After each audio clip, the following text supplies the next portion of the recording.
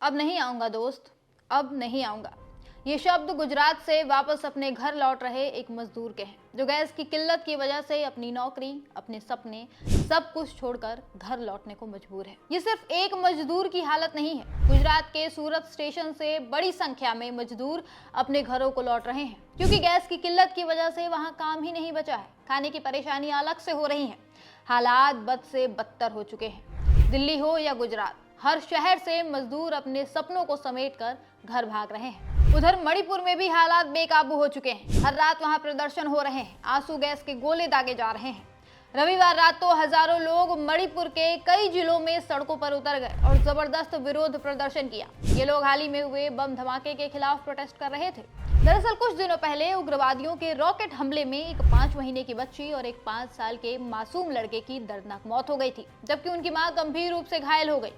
इन खबरों के फैलते ही मणिपुर में हिंसक विरोध प्रदर्शन शुरू हो गए। हालात इतने बिगड़े कि कई जिलों में इंटरनेट सेवाएं बंद करनी पड़ी।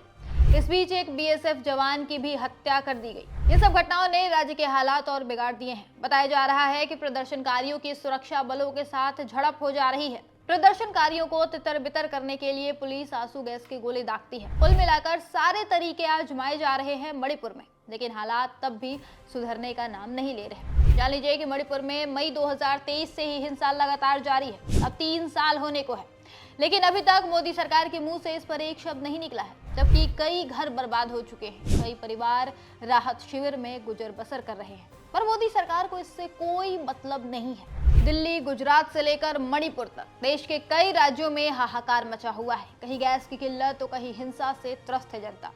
और ऐसे हालात में इस देश के मुखिया यानी हमारे प्रधानमंत्री नरेंद्र मोदी जानते हैं क्या कर रहे हैं? वो चुनाव प्रचार में मस्त हैं। जनता को लुभाने के लिए अलग अलग तरह के स्वांग रच रहे हैं।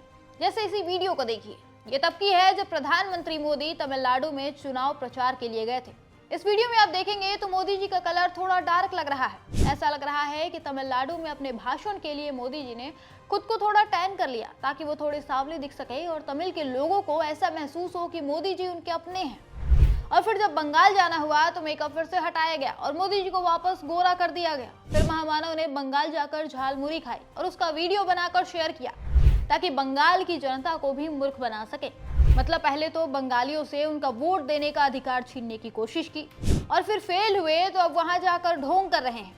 हालांकि जनता भी सब समझ रही है, सब देख रही है। अब इनके जाल में कोई फंस नहीं रहा है।